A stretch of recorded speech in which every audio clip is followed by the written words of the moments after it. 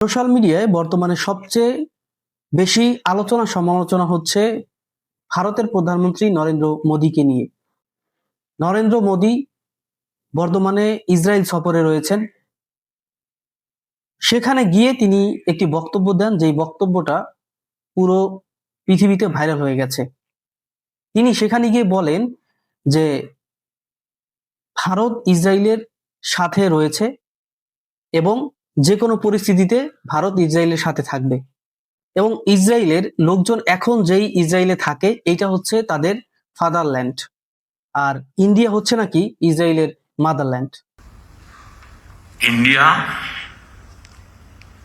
stands with Israel firmly, with full conviction in this moment and beyond. একজন প্রধানমন্ত্রী অন্য একটি দেশে সফর করতে পারে, এতে খারাপের কিছু নেই বা এতে দোষের কিছু নেই। একজন প্রধানমন্ত্রী অন্য দেশে গিয়ে বক্তব্য দিতে পারে, সেই দেশের সাথে তারা আছে এটা বলতে পারে, এখানেও দোষের কিছু নেই।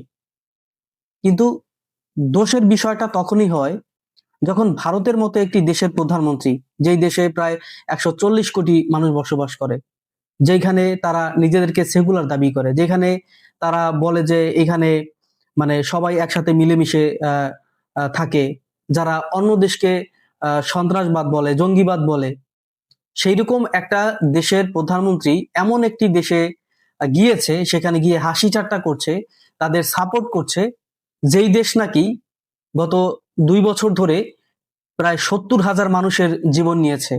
এমন একজন প্রধানমন্ত্রীকে নরেন্দ্র মোদী বুকে টেনে নিয়েছে, যার নামে নাকি গ্রেপ্তারি পরোয়ানা জারি হয়েছে। ইন্টারন্যাশনাল ক্রিমিনাল কোর্ট তাকে সন্ত্রাসী বলে আখ্যা দিয়েছে এবং তার নামে কেস রয়েছে। তিনি ইউরোপের অনেক দেশ আছে, যেমন ধরুন জার্মানি, ফ্রান্স, ব্রিটেন, নেদারল্যান্ডস,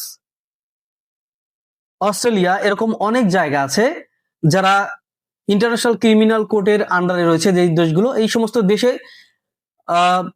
ইসরায়েলের প্রধানমন্ত্রী গেলেই তাকে গ্রেপ্তার করা হবে। এমন একজন সন্ত্রাসীকে তিনি গিয়ে সাপোর্ট করতেছেন, তাকে গিয়ে গালে লাগাচ্ছেন। মানে এতটুকু মানুষ্যবোধ নরেন্দ্র মোদীর মধ্যে নেই যে আমি কিভাবে যে এতগুলো অপরাধকে উপেক্ষা করে সেখানে গিয়ে আমি তার সাপোর্ট করি। আমি ধরে নিচ্ছি যে দরকার নাই, ইন্ডিয়ানরা এমনি তো ইসরায়েলকেই সাপোর্ট করে, ফিলিস্তিনিদেরকে করে না, কিন্তু তারপরেও সাপোর্ট করলেও তো এই বিষয়টা তো খেয়াল রাখতে হবে যে একজন ক্রিমিনালকে কিভাবে আমি সাপোর্ট করি। যেই লোকটা 70,000 মানুষকে মেরেছে, 70,000 মানুষের রক্ত যেই ব্যক্তির হাতে, এমন একটি ব্যক্তিকে কিভাবে আমি সাপোর্ট করি, এইটা কখনোই নরেন্দ্র মোদী ভাবে নাই। আর এতেই বোঝা যাচ্ছে নরেন্দ্র মোদীর মন মানসিকতা কি।